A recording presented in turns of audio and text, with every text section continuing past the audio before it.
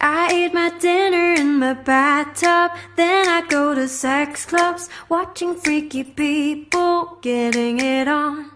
It doesn't make me nervous, if anything I'm restless. Yeah, I've been around and I've seen it all. I get home, I got the munchies, binge on all my Twinkies, throw up in the tub, then I go to sleep.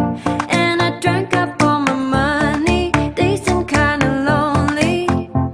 You're gone and I gotta stay high all the time to keep you off my mind.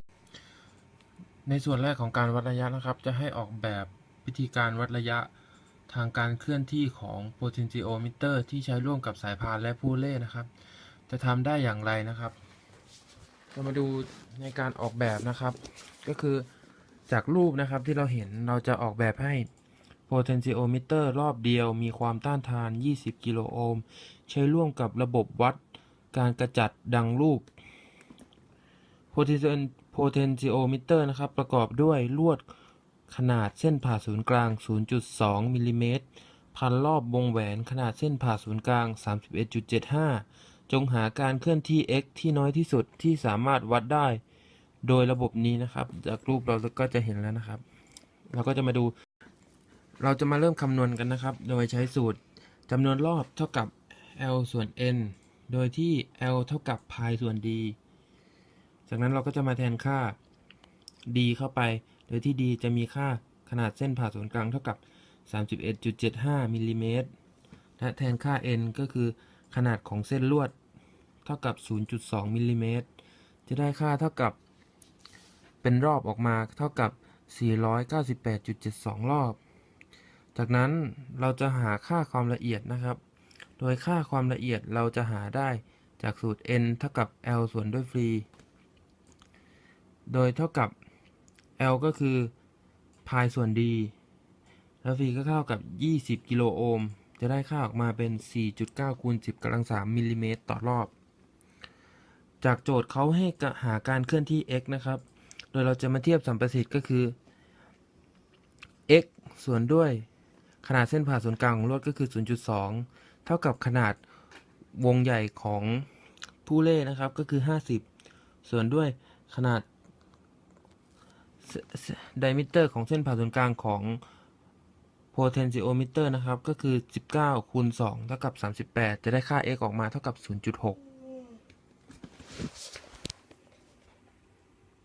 I eat my dinner in my bathtub, then I go to sex clubs. ต่อมานะครับก็คืออธิบายการทำงานของเครื่องวัดความเร็วเชิงมุม stereoscopic นะครับ stereoscopic ก็คือจะมีเครื่องวัดที่ชื่อว่า stroboscope นะครับ stroboscope เป็นเครื่องมือที่ใช้วัดความถี่ของเหตุการณ์ที่เกิดขึ้นซ้ำๆกันนะครับหรือใช้สำหรับวัดวัตถุที่กำลังเคลื่อนที่ให้เหมือนกับว่าหยุดนิ่งนะครับเพื่อจุดประสงค์ของการตรวจสอบวัตถุนั้นประกอบด้วย stroboscope แล้วก็หลอดไฟแฟลชแล้วก็วงจรที่ปรับความถี่ของแสงแฟลชที่ออกมานะครับเมื่อใดที่ความถี่ของแสงแฟลชตรงกับการสั่นของหรือการเคลื่อนที่ซ้ำๆของวัตถุนะครับวัตถุดังกล่าวจะหยุดก็เนื่องจากทุกครั้งนะครับที่วัตถุเคลื่อนที่มาถึงจุดเดิมนะครับแสงแฟลชที่ฉายมาโดนนะทำให้เรามองเห็นเหมือนว่าภาพนั้นนะมันหยุดที่เดิมซ้ำๆนะครับครับและก็เดี๋ยวเราจะมีคลิปตัวอย่างของ stroboscope ไปให้ดูนะครับเดี๋ยวไปชมคลิปกันครับค่ะไปชมคลิปกันค่ะ We're going to see how to use an electronic stroboscope in order to measure frequency. This is an electronic stroboscope, or just called strobe for short. It's simply a flashing light. It flashes at a regular rate, and that rate is adjustable. Right now it's flashing at 3,600 flashes per minute, and I'm decreasing the rate right now. I can either decrease it or increase it. I can do it in big steps or in small steps. Now you're probably familiar with strobe lights, for example, a strobe effect in a video clip, or strobe lights that are used at parties. But actually the strobe light was invented back in the 1930s,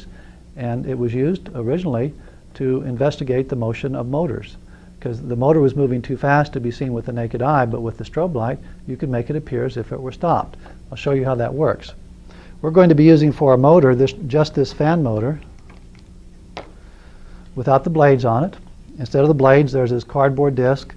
which has a white line painted on it. I want you to think of this as a clock. I'll turn it on.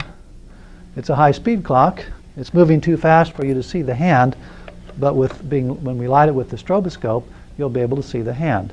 Let's take a look at that now. So you can see the hand. Actually, you can see several images of the hand.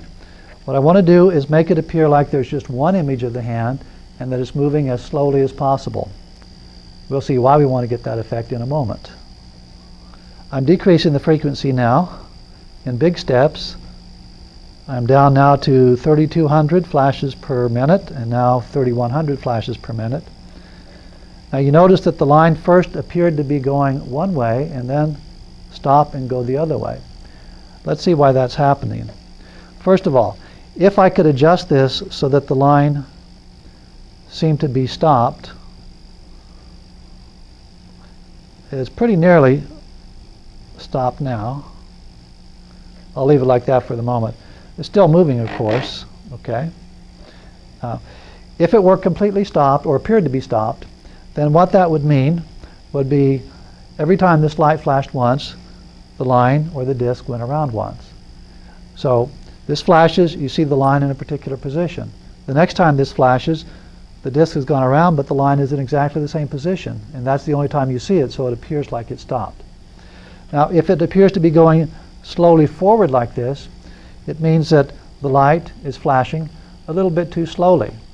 So let's suppose the line starts right here, and between flashes it goes around once and a little bit more because this light is flashing a little bit too slowly. And the next time it goes around once, back to its original place, and then a little bit more. So it appears to be slowly moving forward if this light is flashing too slowly. Likewise, if this light is flashing too fast, then the line appears to be going backwards. Now, you've probably seen an effect like that in the movies. For example, stagecoach wheels sometimes seem to be going backwards in a video clip. And this is because the video clip itself is like a strobe light. It has 30 frames per second, so it's like 30 flashes of light per second, which are blended together so you don't notice the flashing, but with something like a stagecoach wheel that is moving, you see the stroboscopic effect. Now, I said before that when we have the line appearing to be stopped like this light is flashing once every time the disk goes around once. Actually, there are other possibilities. It's possible the disk could be going around twice for every flash. If we're going around twice, there's once, twice. It would look like it's in the same place every time. It could be going around 3 times or 4 times between flashes. We need a way to determine if it's doing that. Let's suppose that right now it's going around exactly once between flashes. If I then doubled the frequency of the light, then what would happen is that if the line started out here, when the light flashed again, it'd only get around half as far because the light has only half as much time between flashes. And for the next flash, it would be here and then here. And so we would appear to get 2 lines, 2 images of the hand